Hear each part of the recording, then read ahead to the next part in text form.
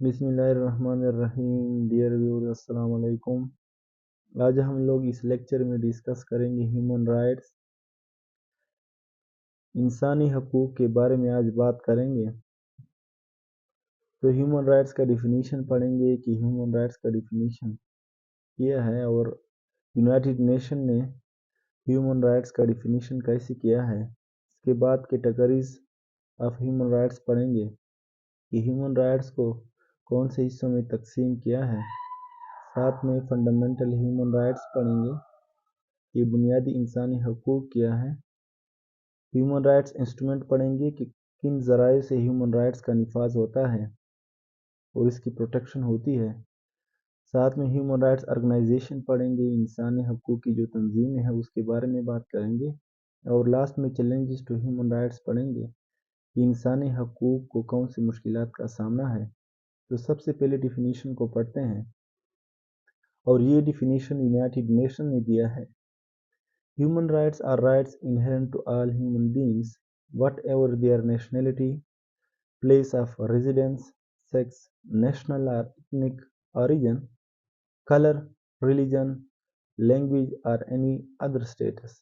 اب human rights وہ rights ہے جو انسان کو پیدائشی طور پر ملتے ہیں، یعنی تمام انسانوں کو ملتے ہیں، چاہے وہ دنیا کی جس کونے میں بھی رہتے ہو، اور بلا کسی قسم کے تفریق کے کہ اس کی قومیت کیا ہے، وہ کہاں رہتے ہیں، اس کا سیکس کیا ہے، میل ہے فیمیل ہے، یا اس کی قومی اور نسلی آریجن کہاں ہے، یعنی کہاں سے تعلق رکھتے ہیں، اس کا کلر کیا ہے، رنگ کیا ہے، مذہب کیا ہے، زبان کیا ہے، یا سوسائٹی میں اس کا مرتبہ کیا ہے، اسٹیٹس کیا ہے۔ They are applicable everywhere at every time regardless of the country, political, economic or cultural circumstances۔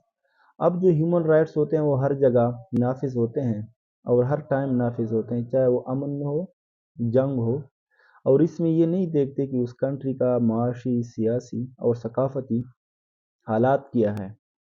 تو یعنی ہر حال میں انسانی حقوق کا نفاذ ہوتا ہے۔ کیٹیگریز آف ہیومن رائٹس پڑھیں گے کہ ہیومن رائٹس کو کون سے کیٹیگریز میں تقسیم کیا ہے۔ تو سب سے پہلے ہم ڈسکس کرتے ہیں سول رائٹس کو۔ سول رائٹس وہ فنڈامنٹل رائٹس ہوتے ہیں جو کسی ملک کے آئین میں دیے ہوتے ہیں، اور وہی ملک کا آئین اس کی تحفظ کرتا ہے۔ تو سب سے پہلے سول رائٹس میں فریڈم آف اسپیچ، یعنی رائے کا اظہار، یعنی تمام انسانوں کا، تمام لوگوں کا حق ہے کہ وہ اپنے رائے کا اظہار کر سکتا ہے۔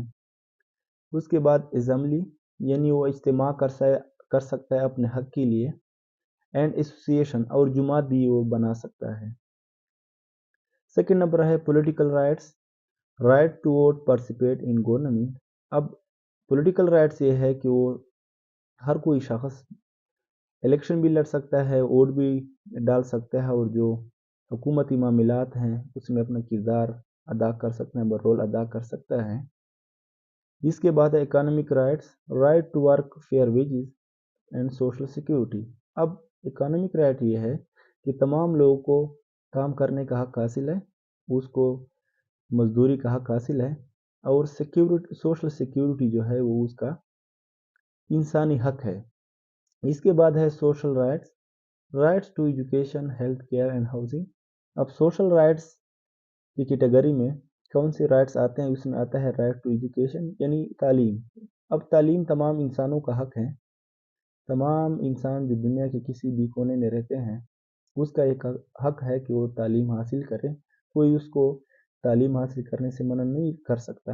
اس کے بعد صحت، یعنی ریاست کو چاہیے کہ وہ اپنے شہریوں کی صحت کی حفاظت کرے۔ ساتھ میں ہاؤسنگ، کہ وہ اپنا گھر بار بنا سکتا ہے اور اپنی چاردیواری میں رہ سکتا ہے۔ پانچویں نمبر پر ہے culture rights, culture right to culture, identity, language and expression. اب کلچر رائٹس کیا ہے؟ کلچر رائٹس یہ ہے کہ وہ اپنی ثقافتی شناخت کو اجاگر کر سکتا ہے، اس کی نمائش کر سکتا ہے، اپنے کلچر پر وہ عمل کر سکتا ہے، اپنے کلچر کے مطابق زندگی گزار سکتا ہے، اپنی زبان بول سکتا ہے اور اپنی رائے کا اظہار کر سکتا ہے۔ یعنی اس سے کوئی اپنی زبان بولنے یا کلچر کی شناخت کرنے سے منع نہیں کر سکتا۔ اس کے بعد فنڈامنٹل رائٹس پڑھیں گے کہ وہ بنیادی انسانی حقوق کون سے ہیں جو تمام دنیا میں تمام رہنے والے انسانوں کو ملے ہیں. تو اس میں سب سے پہلے ہے رائٹ ٹو لائف، یعنی تمام لوگوں کو زندگی گزارنے کا پورا حق حاصل ہے، یعنی وہ اپنی مرضی سے زندگی گزار سکتے ہیں.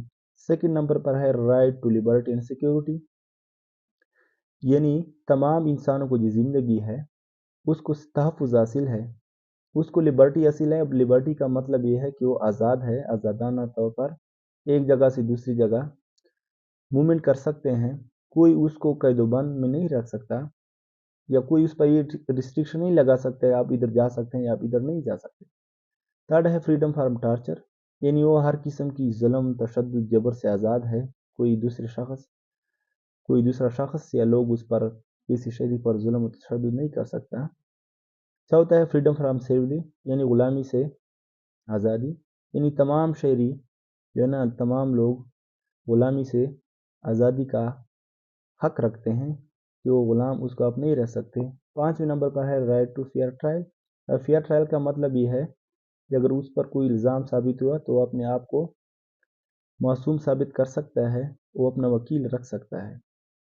سکس نمبر پر ہے رائٹ ٹو پرائیویسی، یعنی رازداری کا حق، یعنی وہ اپنے گھر کی، اپنی پرسنل لائف کی یا کسی سے بات کرنے کی جو رازداری ہے وہ رکھ سکتا ہے اور کوئی اس کے رازداری میں انٹرفیئرنس نہیں کر سکتا.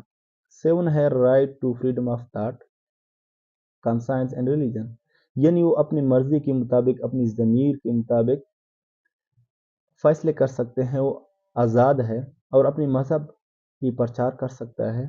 8 نمبر پر ہے right to freedom of expression, یعنی وہ بولنے کی، وہ اپنے رائے دینے کی، وہ اپنے اظہار کھل کے کر سکتا ہے.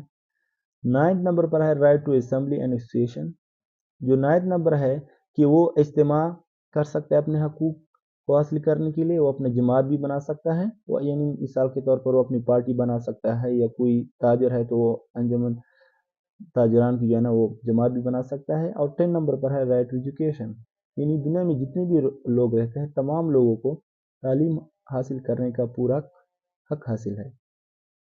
اس کے بعد انٹرنیشنل ہیومن رائٹس انسٹرومنٹس پڑھیں گے کہ کن ذرائع سے جو ہے نا ہیومن رائٹس کی پروٹیکشن ہوتی ہے عالمی سطح پر. تو سب سے پہلے ہے universal declaration of human rights, جو یونائٹڈ نیشن نے 1948 میں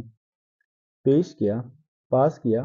اب universal declaration of human rights میں تمام انسانوں کے جو حقوق ہے وہ متعین کیے ہیں اور اس کی پروٹیکشن کے لیے کچھ اقدامات کیے ہیں. اس کے ذریعے سے بھی جو ہے نا انسانی حقوق کی حفاظت ہوتی ہے. اس کے بعد ہے international covenant on civil and political rights. اب جتنے بھی انسانوں کی سیول اور پولیٹیکل رائٹس ہے اس کے بارے میں ایک معاہدہ ہوا ہے 1966 میں کہ تمام لوگوں کو سیول اور پولیٹیکل رائٹ حاصل ہے. 3rd نمبر پر ہے international covenant on economic, social and culture rights. اب تیسرا جو عالمی معاہدہ ہے وہ ہے سماج کے حوالے سے، کلچر کے حوالے سے اور معیشت کے حوالے سے، یعنی تمام لوگ معاشی طور پر، سماجی طور پر اور ثقافتی طور پر آزاد ہے، یعنی وہ کاروبار بھی کر سکتے ہیں، وہ اپنے کلچر کو پروموٹ بھی کر سکتے ہیں اور وہ سوسائٹی میں اپنا کردار بھی ادا کر سکتے ہیں. اور یہ تمام لوگوں کا حق ہے، جتنے بھی لوگ اس دنیا میں رہتے ہیں تمام انسانوں کا یہ حق ہے کہ وہ اپنی کلچر کی پروموشن کر لے، اپنا کاروبار کر لیں، چاہے وہ جس بھی طریقے سے کریں، اور سوسائٹی میں اس کا جو مقام ہے وہ اپنے مقام کے مطابق اپنا زندگی گزار سکتا ہے. اب چوتھے نمبر پر ہے convention on the rights of child, یہ 1989 میں پاس ہوا. اب یہ عالمی سطح پر ایک معاہدہ ہے جس میں جو بچوں کے حقوق ہے اس کے بارے میں بات کی ہے کہ دنیا میں جتنے بھی بچے رہتے ہیں چاہے جس بھی ملک سے ہو، تمام بچوں کو حقوق حاصل ہیں. اور اس کنونشن میں اس بار بات ہوئی ہے کہ مثال کے طور پر آپ بچے کو جو ہے نا تعلیم سے دور نہیں رکھ سکتے، آپ اس سے مشقت کا کام نہیں لے سکتے کیونکہ بچے تو چھوٹے ہوتے ہیں، اس کو آپ نے تعلیم دینا ہے، ٹھیک ہے، اس کو آپ نے سوشلی پروموٹ کرنا ہے تاکہ وہ آگے جا کے ایک اچھا انسان بنے. اس کے بعد 5ویں نمبر ہے convention on the elimination of all forms of discrimination against women. 1979 میں یہ عالمی کنونشن معاہدہ ہوا جس میں دنیا میں جتنی بھی خواتین رہتے ہیں چاہے جس ملک سے ہو، اس کے خلاف جو تفریق ہے، یعنی وومن کے ساتھ جو تفریق کا رویہ رکھتے ہیں ٹھیک ہے، اس کے بارے میں بات کی کہ خواتین کے ساتھ تفریق کا رویہ نہیں رکھنا ہے اور اس کو ختم کرنا ہے۔